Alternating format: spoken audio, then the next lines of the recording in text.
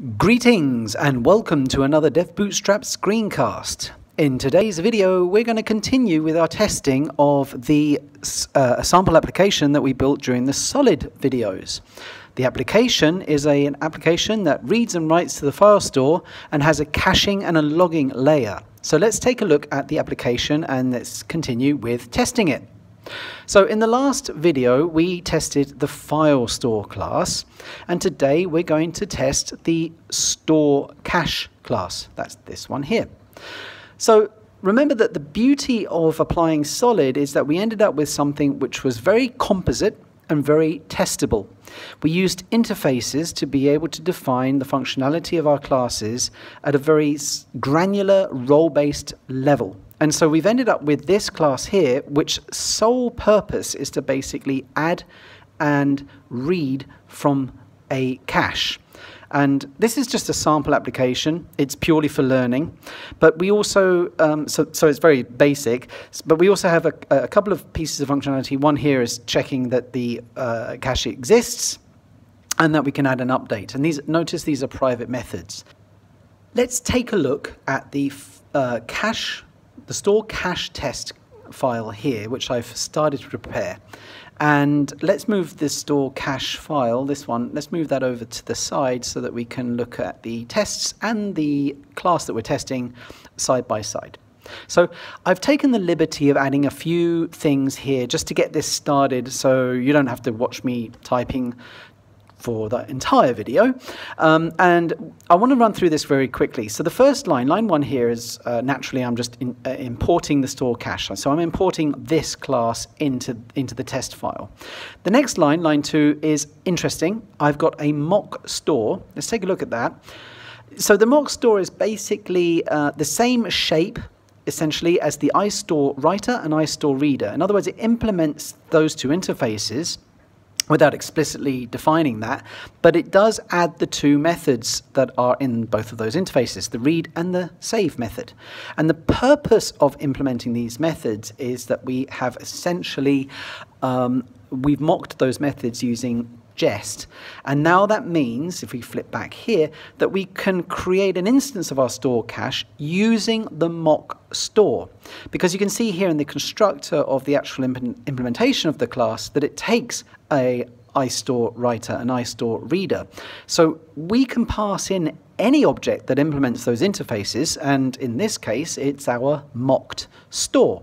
Beautiful. That means that we can now make our tests very, very simple because we're only needing to test the class at hand, which is the store class. And that's the whole purpose of following solid as we did in the previous episode and the previous course series that we had on Dev Bootstrap. So another thing to note here is that I've defined a few variables at the top, and I've set a couple of variables here, ID and MSG, or message. And these are the things that we're going to be using during our tests throughout this episode. So if you notice here, I've added a cache here of ID 1 and a message of a message in the cache. And this is in the before each block. This is a block of code that runs in every single test in our Jest, test suite. So let's start with testing the exists method. And one thing to note about the exists method is that it's down here, it's private. And so we need to access the method using a key, an object key, rather than being able to call the method directly on the object that we want to test. So I'll show you how that's done in a second, but let's have a look at this. Let's say it returns true when the message ID exists, right? And we want to expect that the cache,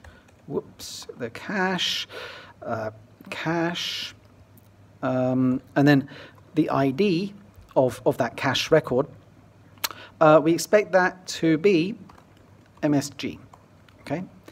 Now, I've made a mistake here, a little typo, and that's why we're getting all that those red arrows there. And let's run the test. Now, actually, I'm going to run it the test like this first of all, but you'll notice that it's running the file store tests as well. And to be honest, we don't really want to run every single test every single time. So let's run Jest --watch instead. And this is a nice way for Jest to basically watch our file system and see if there are changes, and then it will automatically run the test. This is a great way, a great approach to use when you're using test-driven development. So let's now test the method at hand, which is the cache exists method. And that's how we can private methods, is using this approach, as you can see here, using the key of the method on the object. And we expect that to be truthy. And if we hit save, notice down in the terminal here, you should see the tests starting to run. So let's run the test we just hit save. And you notice it's picked up a change in this file, in the store cache test file, and run all the tests. And we can see here, store cache exists, returns true, and it's passing. So that's our first test passing here in this example. Now, why does it return true? Well, it's because here in the before each block, we've added that test to our cache beforehand. Okay, let's describe now the next method. So let's describe another private method, which is the add or update method. So add or update. Okay, and we're going to describe adding a new message. So adding a new message, and okay, right. And we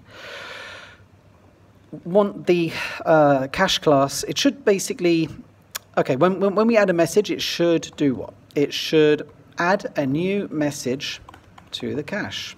Pretty straightforward, right? I mean, that's what we expect. All right, so let's create a new message. So new message is equal to whatever, a new message. Okay, and firstly, let's say we're going to make this message an ID 2. Okay, so we're going to expect as a sanity check. This is another thing I like to do during testing, is to use other methods that we have tested previously to check certain states are true in our class before we begin testing the method at hand. So of course here I'm expecting the cache not to have an ID of 2, right? And of course, as I save it, the tests are going to run down the bottom here, so I can keep an eye on that as I write this test. Now we're not finished yet, because what I want to do now is actually test the method cache add or update, and I'm going to pass in 2 and the new message variable, right? So basically what I'm doing here is I'm calling this method, the add or update method, here over here in the concrete class, and I'm passing in an ID of 2 and a message of a new message, that string there. And what I now expect is, and I'm going to just copy and paste this, I'm going to cheat a little bit, but I expect this now to be truthy, right? Because the message should have been added to the cache by calling that method. If we get anything else other than green, then it means we've made a mistake somewhere, or our test is not working, or our class is not implemented correctly. Okay, and then what we also can check is that if we go ahead and just fetch the ID 2 from the cache, that we expect it to be the new message text. So that's our final check that we can do here in this test. Okay, and that's brilliant. Now, the reason why I put a describe block within a describe block here is because it's add or update, and here I'm describing adding a new message. So let's cheat a little and say updating here, updating an existing message. Okay, and I'm going to say in here that when we update an existing message, it should update the message with the ID, with that ID, to the new message text or message string, however you want to word it. Whatever makes sense to you, really, in your tests. So var, let's call this, let's say, updated message. So updated message, and updated message string. And what we're going to do is we're going to expect the cache with the ID of 1 to be MSG, which is the old message, right? That is the message defined up here, a message in the cache, right? Because we haven't yet updated it. So let's just do a sanity check and save that to make sure that that actually does pass. Okay, so it's in the state that we expect. So now I can call the add or update method, passing in 1 and the updated message, right? So add or update takes the ID of an existing message or a new message. In this case, it's the existing message, right? And now I can just copy and paste this here and say this is now going to be this string here, the updated message. And let's save that, and we should see it hopefully all passing. Beautiful. Okay, so now we can move on to testing a different interface. In fact, we haven't been testing any specific interface yet. We've been testing the private methods. So I'm going to test now the iStore reader interface. Okay, and we'll take a look at what that interface is in just a second. So let's take a look at the iStore reader. So if we go over here and we look at iStore reader, I click on that, we can see that it is an interface that defines one method, read, takes a number and returns a string. If we look at the implementation here, we've got a little bit of testing to do. So let's start. So let's describe when an existing message is read from the cache, right? So we describe when an existing message is read from the cache. It should return the message string. All right, pretty straightforward. This test should not be too problematic for us. So we, expect cache, right, cache, read. Now notice we can call the method directly on the object because it's not a private method, to be the message. Okay, this should pass, and again it's because we've set the cache in the before each block up here to this message every time the test suite runs.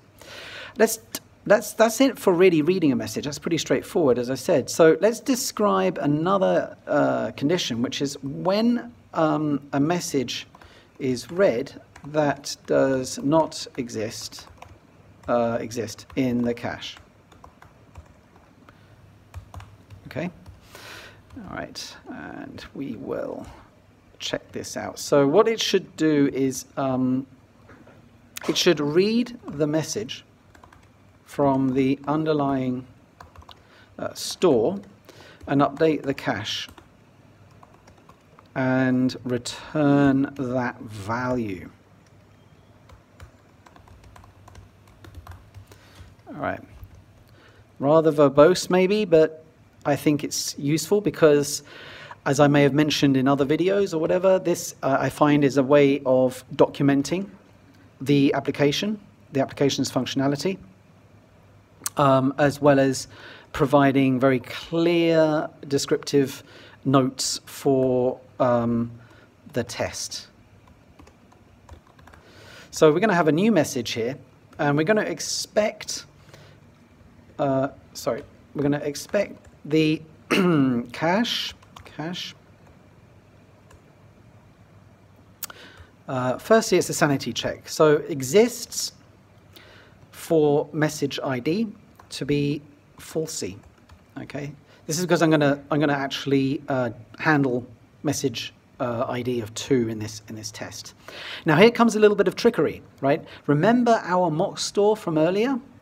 This mock store has been passed in to our cache store, right up here on line 11 here. And what I want to do now is I need to mock the read method so that it returns a specific message string. This is because if we look at the implementation of the read method, the read actually will call add or update, a private method in our class, which we already know works because we've tested it, right? But it calls that method if the cache does not, if the message does not exist in the cache, then it's going to read it from the underlying reader here. And if that reader returns something other than undefined, in other words, the reader returns the message with that ID, then our cache store is going to call add or update. So we need to test that. We need to be able to say, well, we want this read method to return something that we know we can test so that we can make sure that that string is added to the cache. And that's why we need to mock the read method with something specific in our method. So it's essentially overwriting what this method returns with something that we know, which is in this case our new message string. So we're saying here that when the read method is called, please return this new message string, which will be this message here. And now we can actually call the read method on the cache, passing in ID 2. And we should see that the new message is returned. Now, if we save this, we're going to see the tests running, and we're going to see them hopefully passing, and we do. And just to recap, this mocked method here is being called over here in the concrete class, over here on line 24. And it's the underlying reader that's passed into the store cache. And so when we call this method here, we're actually calling this method here, which returns this message here, which then ends up getting added to the cache. And that's how we can test this. So that's pretty awesome. Now we can move on to the next example. In this case, we want to say, let's say describe. Describe. Okay. When the message does not exist in the underlying store,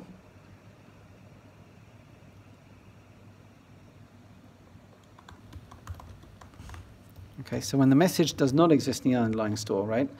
In this case, I'm referring to the case where the reader here, this underlying reader, returns undefined. That means that there's no message to be added to the cache, right? So what we expect is it will return undefined and not update the cache. So how do we test that? Well, again, we need to mock the mock store read method with something specific. And in this case, we want the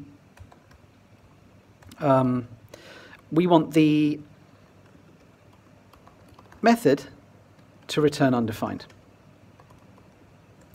Right, so I'm talking about the read method here, which is going to be called here. We now want this to return undefined. And when it returns undefined, we know that it's going to skip this bit. It's not going to call add or update because the return value was undefined. And we're just going to get the return value back, which is, of course, undefined. So let's expect cache read 2 to be undefined. Okay, and we can run that test, and we should be all good to go, right? So that pretty much tests that. And now there's one last interface that we want to test here, which is our iStore writer interface. All right, we'll take a look at that in a second. So iStore writer.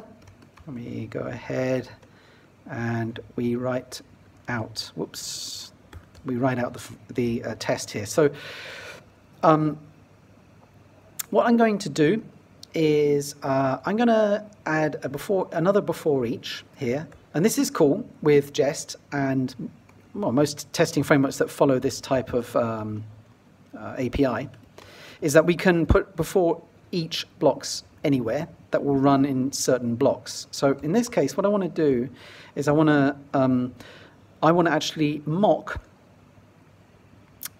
or stub out actually the add or update method, like so.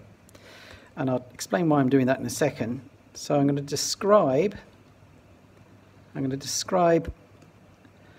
when a message is saved.